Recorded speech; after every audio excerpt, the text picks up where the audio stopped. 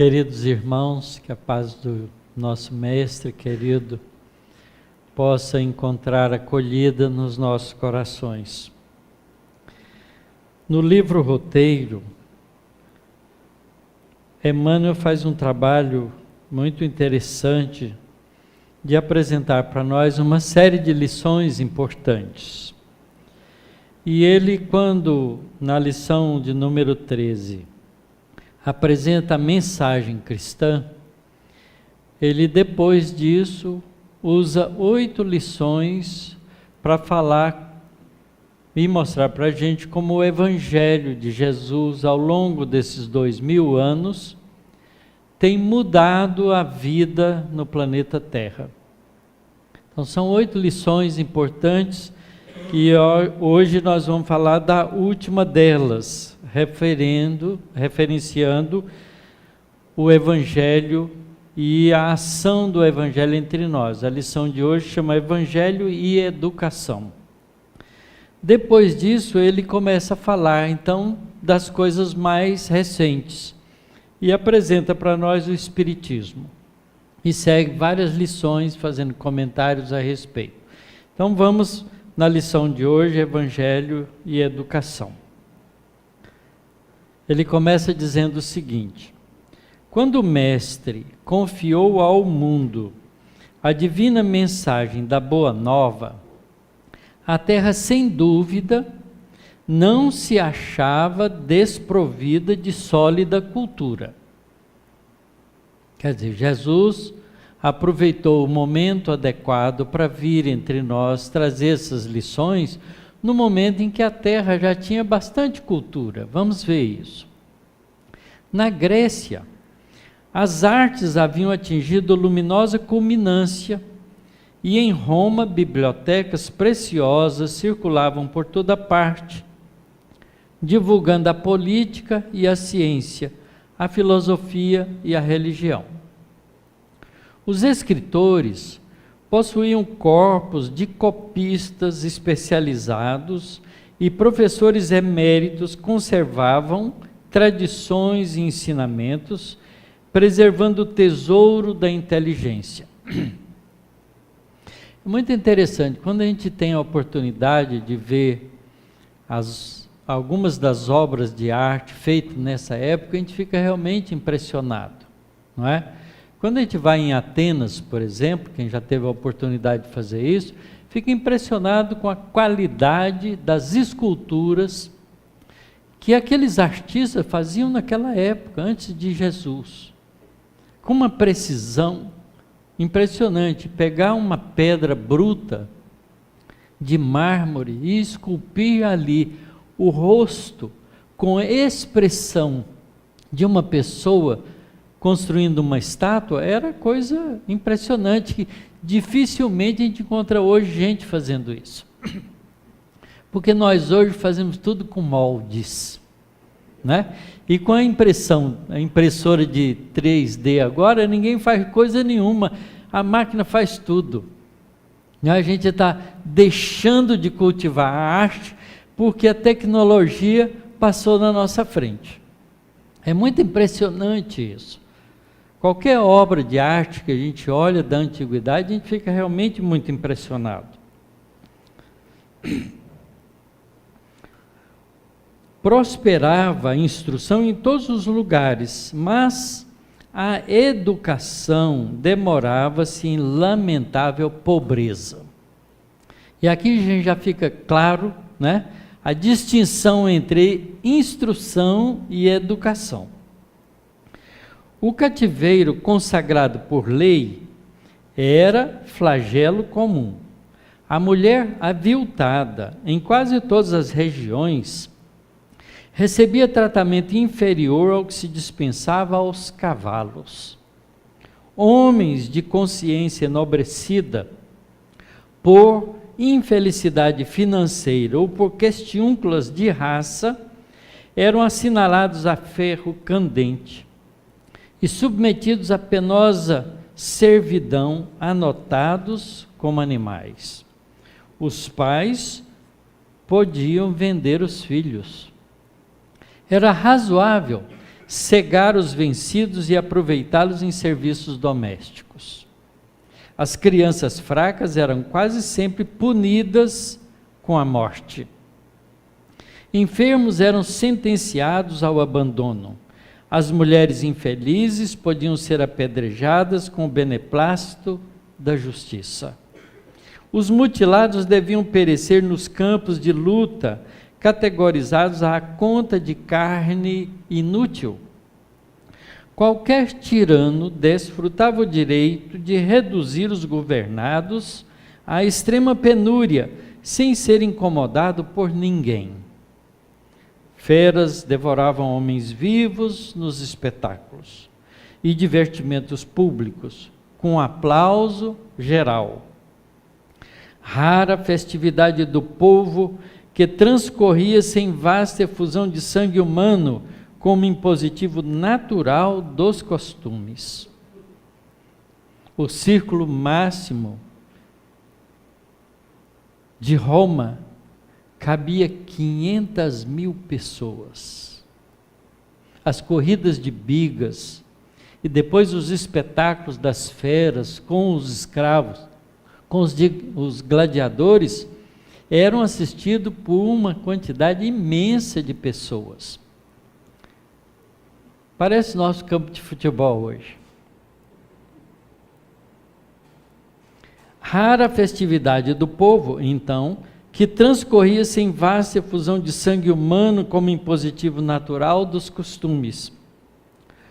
Com Jesus, entretanto, começa uma era nova para o sentimento. Cultura já tinha, mas o sentimento era desprezado porque era o sentimento do egoísmo, do mais forte, daquele que podia mais, daquele que decidia sobre, porque a gente não tinha na época sequer aonde recorrer, o povo não tinha onde procurar. Condenado ao supremo sacrifício, sem reclamar e rogando o perdão celeste para aqueles que o resgatavam e feriam, instila no ânimo dos seguidores novas disposições espirituais. Quer dizer, foi preciso que a humanidade sacrificasse o espírito mais puro que veio à Terra, para a gente aprender que não se deve fazer isso. Porque é um barbarismo extremamente injusto, covarde, violento e ainda característica de inferioridade animalesca do ser humano. Iluminados pela divina influência, os discípulos do Mestre consagram-se ao serviço dos semelhantes. Simão Pedro e os companheiros dedicam-se aos doentes e infortunados. O Estado não fazia isso. Em Jerusalém, os leprosos eram expulsos da cidade. Não tinham direito sequer de entrar para usar uma fonte ou pedir algum alimento, impossibilitados de trabalhar que se encontravam, porque ninguém lhes dava serviço por causa da doença. Instituem-se casas de socorro para os necessitados e escola de evangelização para o espírito popular. Começa tudo isso com Jesus, com os evangelistas e os apóstolos que difundiram não só o conhecimento que Jesus deixou, mas também deram exemplo de amor ao semelhante. Pouco a pouco, altera-se a paisagem social no curso dos séculos. Dilacerados e atormentados, entregues ao supremo sacrifício nas demonstrações sanguinolentas dos tribunais e das praças públicas, ou trancafiados nas prisões, Os aprendizes do Evangelho ensinam a compaixão e a solidariedade, a bondade e o amor, a fortaleza moral e a esperança. Há grupos de servidores que se devotam ao trabalho remunerado para a libertação de numerosos cativos. Senhores da fortuna e da terra, tocados nas fibras mais íntimas, devolvem escravos ao mundo livre. Doentes encontram remédio, mendigos acham teto, desesperados se reconfortam, órfãos são recebidos no lar. Nova mentalidade surge na terra. O coração educado aparece por abençoada luz nas sombras da vida. A gentileza e a afabilidade passam a reger o campo das boas maneiras, e sob a inspiração do Mestre crucificado, homens de pátrias e raças diferentes aprenderam a encontrar-se com alegria, exclamando felizes: meu irmão. E é o que nós fazemos aqui, meus queridos irmãos. Estamos reunidos em torno desse valor deixado por Jesus há 2000 anos. 2000 anos, 20 séculos. 20 séculos que comungamos com as verdades espirituais trazidas por Jesus, o nosso diretor espiritual. Aquele que organiza, disciplina, utilizando as leis da natureza feitas por Deus,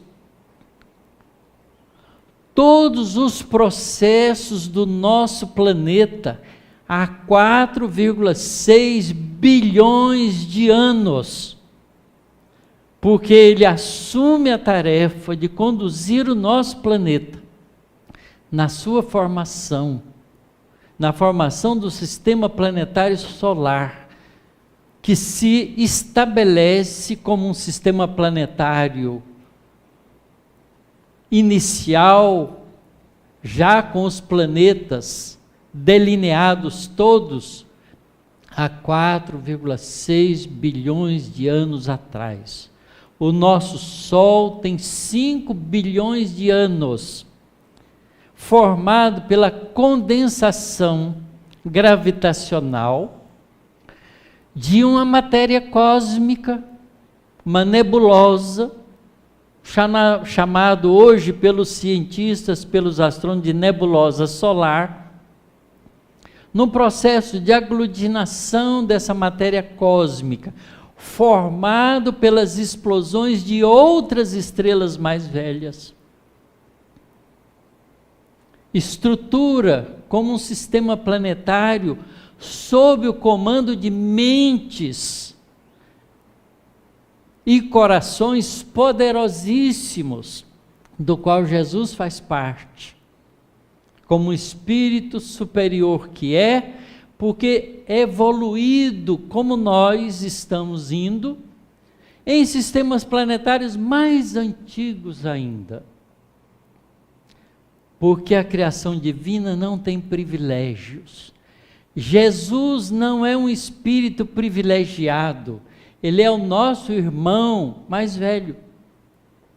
Esse espírito, trabalhando o planeta, trazendo a vida para ele, organizando todas as estruturas necessárias para que o planeta pudesse no futuro abrigar a vida humana, ou a princípio inteligente adquirido a consciência da própria individualidade, espíritos como somos, organiza tudo isso, prepara todos os processos da evolução, dá ao homem primitivo os recursos para progredir, até chegar a uma fase de entendimento no mundo de provas e expiações agora, conscientes da própria responsabilidade e adquiridos a cultura,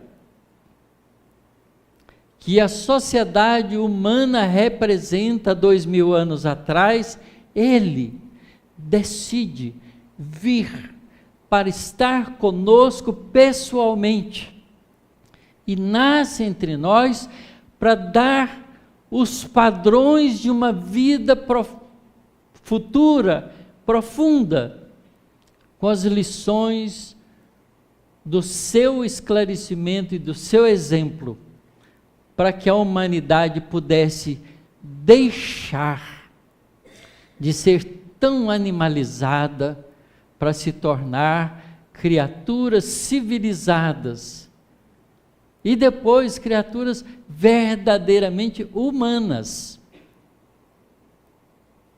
transformando o nosso mundo num mundo de alegria, de felicidade, de convivência respeitosa, fraterna, colaboradora, como a gente ainda não tem.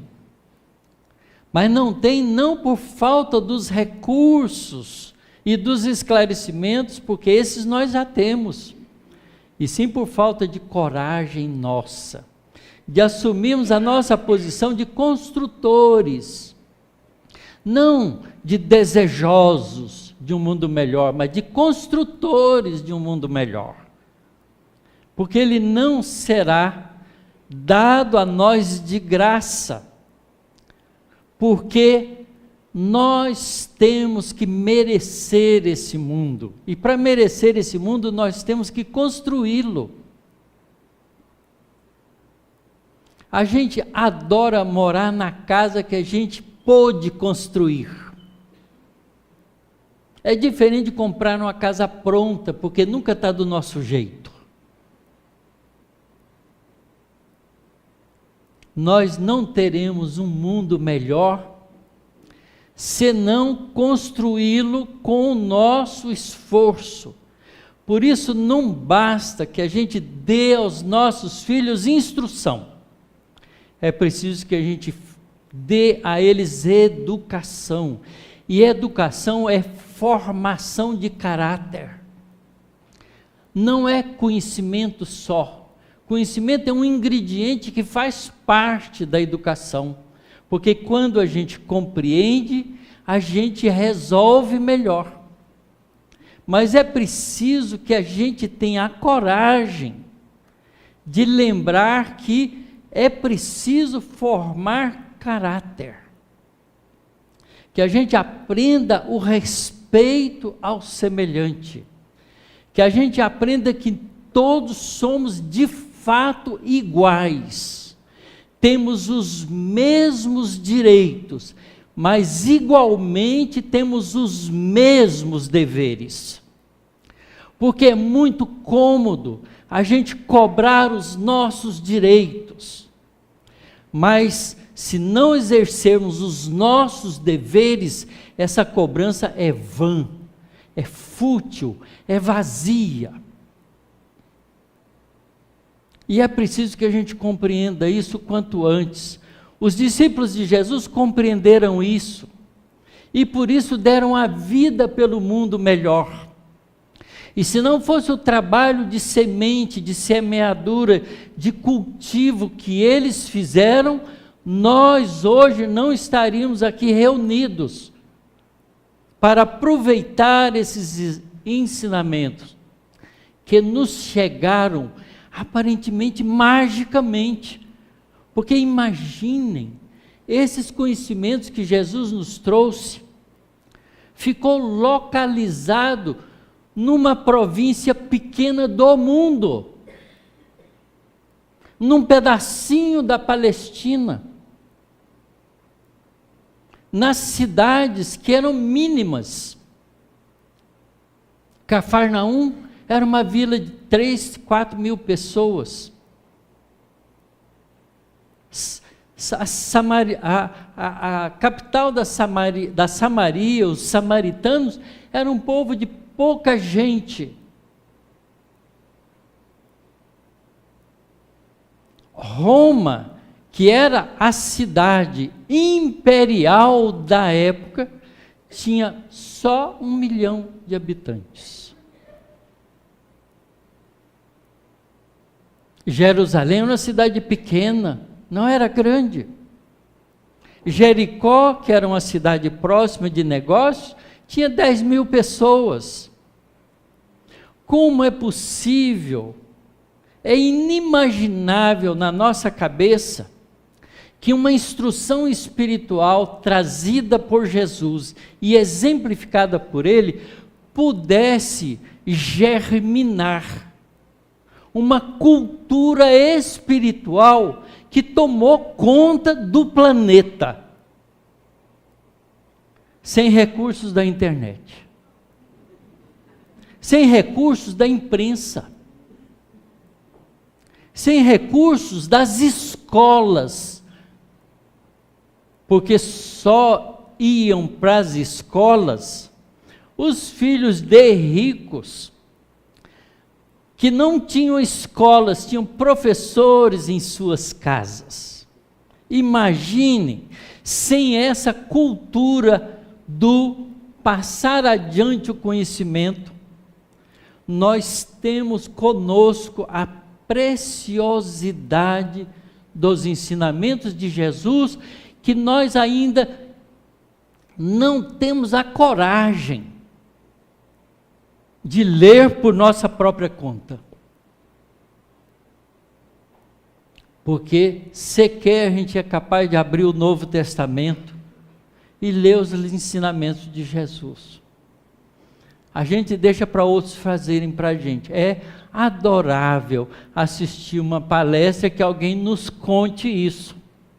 Mas se estiver falando bobagem, a gente vai engolir, porque a gente não sabe de fato. A gente não estudou por conta própria, não sabe sequer avaliar se o Otacílio está falando verdade ou mentira.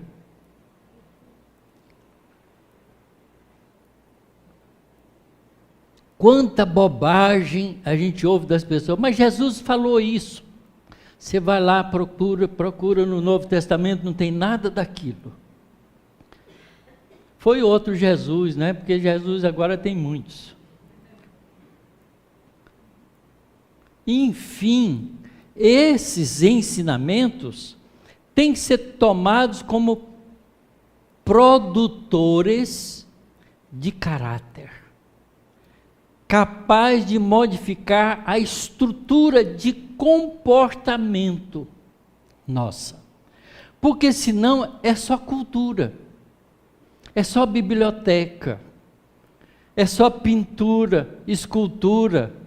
São lindos quadros de Jesus, as pinturas dos santos e anjos. Quantos pintores famosos não nasceram entre nós e pintaram todas essas paisagens imaginadas do Evangelho. A gente vê a Europa cheia, todos os museus da Europa estão cheios disso. Mas isso não mudou ninguém. O que muda é o conhecimento dos ensinamentos de Jesus, a convicção que se cria da nossa realidade espiritual, para que nós passemos a viver como espíritos imortais, esquecendo que somos homens e mulheres. Porque homens e mulheres é um estado transitório, e o espírito é para sempre. Formação de caráter, educação é formação de valores espirituais para toda a eternidade. Se não entendermos a educação dessa maneira, nossas escolas não passarão de ser apenas produtores de instrução. E com instrução nós construímos bomba atômica para matar 100.000 pessoas de uma vez. Nas primeiras experiências da bomba atômica, Hiroshima e depois Nagasaki foram arrasadas. 100.000 pessoas de uma vez morreram, foram derretidas pelo calor imenso produzido pela inteligência humana que descobriu no átomo uma fonte poderosa de energia. Mas não era para isso que a inteligência foi dada. Foi para construir, não para destruir. Hoje, nós fazemos guerras inteligentíssimas. Um drone comandado por uma pessoa que está totalmente protegida é capaz de destruir um ambiente porque leva bombas poderosas e certeiras. O erro previsto é de 1 metro no lançamento de uma bomba por um drone. Quer dizer, mata, se jogar numa pessoa, não há erro. E é assim que esse presidente americano se vangloria de ter matado alguém do Irã, que acha que é um terrorista. E Jesus ensina, perdoa, Pai, porque eles não sabem o que fazem. Há uma diferença de comportamento radical entre essas duas posições. Mas não é ele, somos todos nós da humanidade, porque ele é apenas alguém que foi posto lá pelo povo de lá. Do mesmo jeito que nós pomos os nossos dirigentes aqui com o nosso próprio capacidade de escolha. Mas se nós não nos tornarmos melhores, se não aproveitarmos os ensinamentos de Jesus para a nossa autoeducação, não há mundo melhor. Não haverá mundo melhor. Porque antes disso, nós nos destruiremos. E ficaremos à mercê da nossa própria sorte, ou da nossa própria atitude equivocada de autodestruição. Porque nós temos bombas nucleares para destruir a vida na Terra. A bomba de Hiroshima tinha 20 quilotons. Nós temos bombas de centenas de megatons. Mega é 1000 vezes mais do que quilo. Quilo é 1000. 1 quiloton significa 1 tonelada de dinamite. A bomba de Hiroshima era equivalente a 20.000 quilos de dinamite. Destruiu 100.000 pessoas de uma vez. Imagine uma bomba de megaton. 1 milhão de quilos de dinamite. Nós não temos uma dessas bombas, temos centenas delas, armazenadas nos Estados Unidos, na Ucrânia, na Rússia, na Índia, na China. O coreano quer, o iraniano quer, porque acham que se não tiver, não se defenderão. E não há defesa, porque se a gente estourar essas bombas, independentemente da onde a gente estiver, seremos afetados pela radiação. A vida deixará de existir na Terra por alguns milhares de anos. E para onde nós iremos como espíritos? Porque vai destruir o nosso corpo. E a nossa alma, o nosso eu, o nosso ser, que somos imortais? Iremos para onde? Para lugar nenhum. Ficaremos aqui sofrendo as consequências da estupidez humana. E se a gente já tinha parado de falar em guerra nuclear, agora começou de novo, pela insanidade dos governantes dos diversos países do nosso planeta, porque ainda não entenderam. Pai, perdoa, porque eles não sabem o que fazem. A mensagem de 2000 anos conosco, de lições preciosas que vêm paulatinamente tentando melhorar a sociedade humana. Mas ainda estamos longe disso. Porque sequer sabemos respeitar o direito alheio com o nosso telefone celular. A gente acha que nós temos o direito de usar o nosso telefone celular onde a gente estiver, que se dane os outros. Simples, mixaria, pouca coisa, mas é assim. Nós ainda não sabemos respeitar o direito alheio no trânsito, na rua, dentro dos supermercados, no cotidiano da nossa vida, dentro do lar. Ah, quanta violência, quanto desentendimento, quanta agressividade ainda existe dentro dos lares. Quantos de nós nos maltratamos uns aos outros pela nossa falta de educação espiritual? Quantas vezes falamos para uma pessoa querida, nossa, não enche,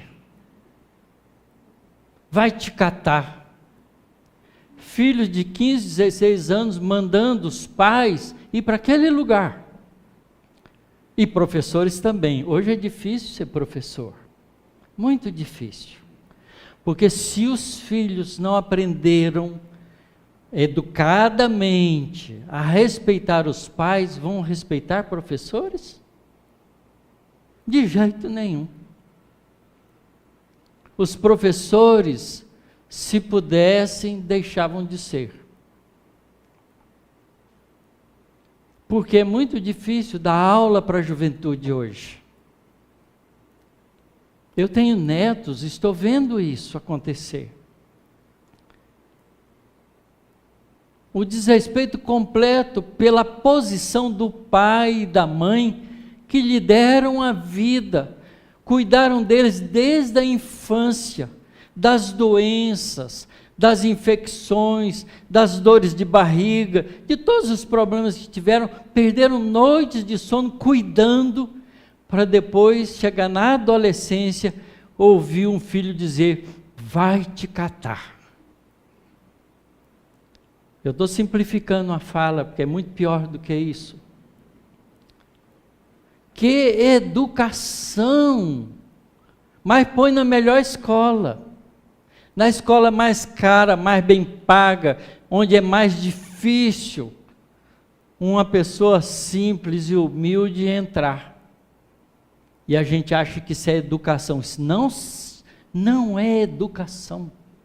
Isso é apenas instrução. Que nada tem a ver com conduta de comportamento. Porque educação é formação de caráter. Evangelho e educação significa buscar a educação espiritual, que nos modifica para sempre, que nos torna um espírito melhor, mais carinhoso, mais fraterno, mais amigo, mais dedicado ao bem comum. Se a religião não nos ajudar a adquirir isso, ela não serve para nada, ela é uma farsa, é um engano, é uma aparência, como tem sido até então. Porque em nome das religiões, nós já estudamos isso por aqui nesse livro, foram feitas guerras e mais guerras de extermínio. E ainda existem as incompreensões religiosas por toda parte. Ora, se a religião tem o papel de ligar o homem a Deus, e se Deus é o Criador único de todos nós, nos tornando como consequência irmãos uns dos outros, como podemos fazer diferença? Que sentido faz isso? É insensatez, produto do orgulho, do egoísmo, da vaidade do ser humano, que o espírito que cresce e busca a evolução espiritual deve combater em si mesmo. deixar de ser orgulhoso, deixar de ser egoísta, deixar de ser vaidoso. Nós não valemos pela nossa aparência, nós valemos pelos nossos atos, pelos nossos pensamentos, pelos nossos sentimentos. Jesus deixa isso claro. Conhece-se a árvore pelo fruto. E qual é o fruto que o ser humano oferece? Senão o que ele sente, o que ele pensa e o que ele faz. Então seremos conhecidos por isso. É esse o ensinamento de Jesus para nós. Se alguém te obrigar a andar a 1000 passos, ande com ele mais 1000. Se alguém te roubar a capa, dê-lhe também a túnica. Se alguém te pedir emprestado, não se preocupe em querer de volta. Ame. Aprendeste que foi dito, olho por olho, dente por dente. Eu, porém, vos digo, amai os vossos inimigos, orai por aqueles que vos perseguem e caluniam. É outra realidade, é outro significado. Isso vale quando a gente compreende a realidade espiritual. Porque orar pelo inimigo é fazer com que ele, espírito imortal, tanto quanto eu, melhore e ao invés de ser meu inimigo, se torne meu amigo para sempre, porque somos imortais. Não faz sentido humano, porque do ponto de vista humano, a nossa vida se resume a 50, 60 anos, então é melhor ficar longe dos inimigos. Muda para outra cidade para não ter inimigo próximo, se fez inimigo aqui. Mas isso não resolve o problema do espírito imortal, porque sendo imortal, vai encontrar de novo.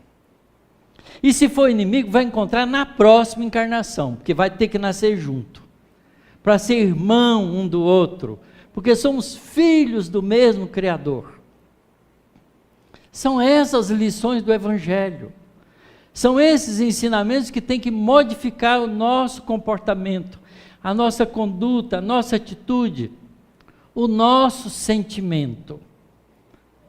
E eu digo para vocês com toda a sinceridade, não é fácil fazer isso, porque para fazer isso a gente precisa renunciar a si mesmo, e a gente é egoísta profundo ainda, incapaz de renunciar a si mesmo. E é um ensinamento que Jesus nos dá: quem quiser vir após mim, renuncie a si mesmo, tome da sua cruz e segue-me. Esses ensinamentos só têm sentido espiritual, para o homem não vale, porque o homem pensa com 60 anos de vida, ele não pensa para sempre, para ele é melhor levar vantagem na vida, a qualquer preço, como a grande maioria das pessoas fazem ainda. Se nós fôssemos uma sociedade boa, nós não precisaríamos nem de juiz, nem de polícia. Juiz e polícia a existência de juiz e polícia é um atestado de incompetência social. Porque se a gente soubesse respeitar o semelhante, não teria razão nenhuma de existir polícia. Nós tornamos a nossa sociedade e oferecemos para irmãos nossos um trabalho de polícia que nós não queremos para nós. Mas a gente quer que a polícia resolva as nossas picuinhas. Porque a gente não sabe resolvê-las como deveria resolver, como verdadeiros irmãos, que deveríamos ser. Não fazemos isso sequer dentro do nosso lar. Somos capazes de ficar de cara virada para um irmão, para um parente, para um pai, para uma mãe, por 1 ano, 2 anos, 3 anos. Com minha irmã, com meu irmão, não falo mais. É comum isso em várias famílias. Como é possível isso depois de 2000 anos de conhecimento do Evangelho? Olha como estamos atrasados. Será que vamos precisar de mais 2000 anos para nos corrigirmos? Evangelho e educação significa isto: conhecermos esses ensinamentos que são espirituais, que são para a nossa posteridade, que é para o nosso futuro, que é para o nosso bem, e colocá-los já no nosso cotidiano da vida como um processo de autocontrole, de autoeducação, de exercício de melhoria de nós mesmos. Ninguém vai melhorar o outro, professor nenhum ensina para o aluno que não quer aprender. O professor é um ajudante do aprendizado.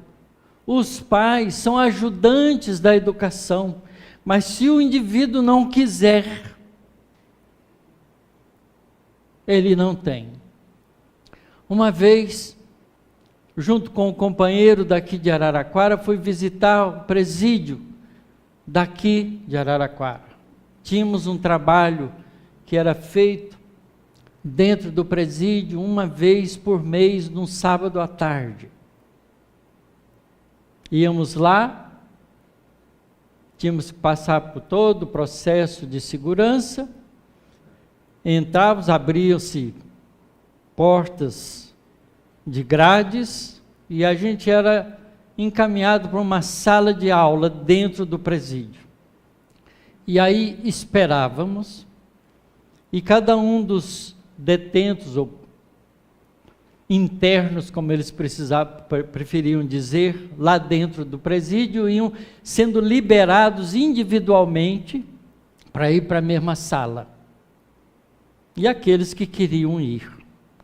E aqueles que não só queriam ir, mas também tiveram um comportamento adequado para que a direção do presídio permitisse que fosse. E não éramos só os espíritas que fazíamos isso, protestantes, católicos, diversas religiões. Sentado na sala, esperando, veio um desses internos, sentou do meu lado e me disse, começou a conversar comigo: você acha que tem solução para mim? E eu falei: por que você está dizendo isso?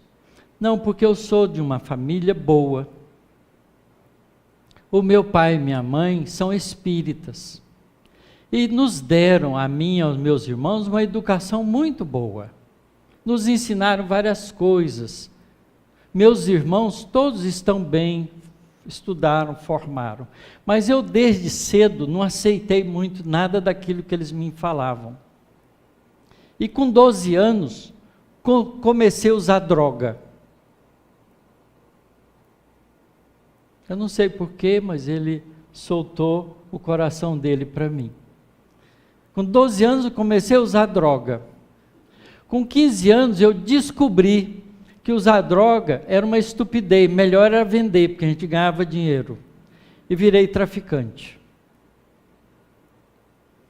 Tenho 25, 26 anos, não me lembro exatamente, era um jovem ainda, e estou preso por tráfico de drogas. Você acha que tem solução para a minha vida? Olha, que proposta, que questionamento.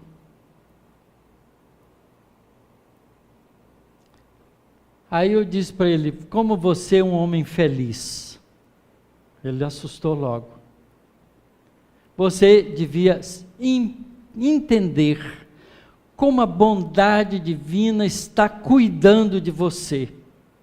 Se você estivesse lá fora, o que você estaria fazendo? Traficando. Que bom que você está aqui dentro. Olha, meu irmão, se você entende que você já é um espírito imortal, porque você aprendeu isso na sua casa, com seus pais, você devia entender que a bondade divina te colocou num lugar onde a educação te foi oferecida, desde a infância. Você, como espírito rebelde, não quis, não aceitou, mas não deixou de ser permeado por esses ensinamentos, porque senão você não estaria me perguntando hoje se tem solução para você. Então foi dado a você recursos para você ser uma pessoa melhor. Você se rebelou com 12 anos, não quis. Deus bondosamente deixou você livre para fazer as coisas. Chegou um ponto que era preciso te dar uma nova oportunidade. Te prenderam, te puseram na cadeia. Porque aqui dentro você não faz coisa errada. Então você tem tempo de pensar em você mesmo e perguntar se não tem jeito para você. É claro que tem. Porque se não tivesse, você estava lá fora ainda fazendo coisa errada. Mas depende de você, com todos esses recursos que você recebeu, você não fez mudança nenhuma em você. Se seus irmãos estão bem, porque fizeram e aproveitaram isso, você devia se inspirar neles. Você está aqui dentro, quanto tempo você vai ficar aqui? 5 anos. Você tem uma biblioteca espírita aqui dentro, não tem? Tenho. Pois trate de estudar, de ler, de devorar esses ensinamentos. E mude. Você tem tudo para mudar você. Você tem jeito, mas quem tem que dar jeito em você é você mesmo. Porque as condições para isso você já recebeu todas. Não sei o que aconteceu com ele, mas é assim que acontece conosco. Nós nascemos num lar que Deus nos deu como condições para a gente começar a vida de novo, num processo reencarnatório, esquecidos do passado, para a gente escrever uma página nova, com os valores da educação que os nossos pais nos dão. Nós não nascemos aqui para levar vantagem no mundo, para ser homens de sucesso, mulheres de sucesso, porque o nosso sucesso é outro. O que adianta você ter um sucesso temporário e perder a sua oportunidade de crescimento espiritual?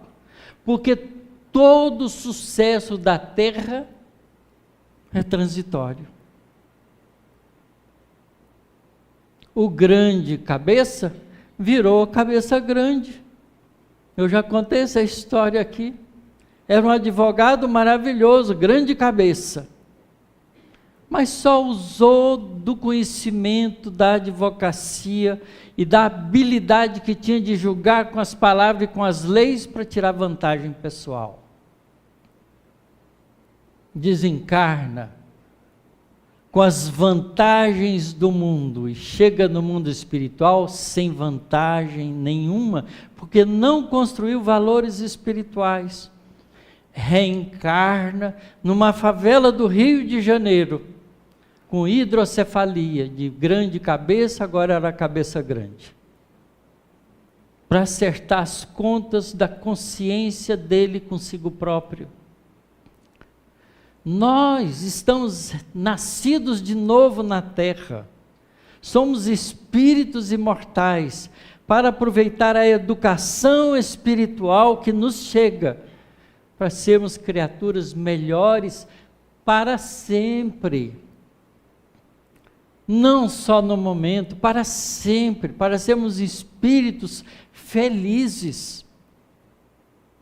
tranquilos, equilibrados, prontos para aprender tudo da criação divina, para conhecer esse universo fantástico que nós, na nossa pequenez humana, avaliamos como tendo 3 trilhões de galáxias, semelhantes à galáxia nossa da Via Láctea, que tem da ordem de 100 a 200 bilhões de estrelas.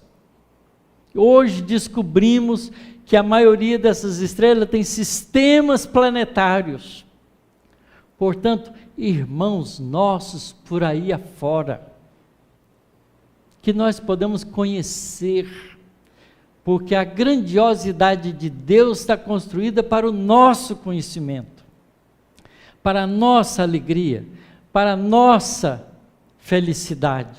As leis espirituais que nos governam foram feitas com amor, para a nossa alegria, para a nossa felicidade, não para o nosso sofrimento. O sofrimento é construído por nós mesmos, porque equivocamos nas nossas atitudes. É preciso estudar o Evangelho de Jesus com carinho, com cuidado, com atenção, para transformarmos o nosso eu no espírito radiante, luminoso que devemos ser. Que Deus nos dê força para isso. Muito obrigado pela paciência de vocês.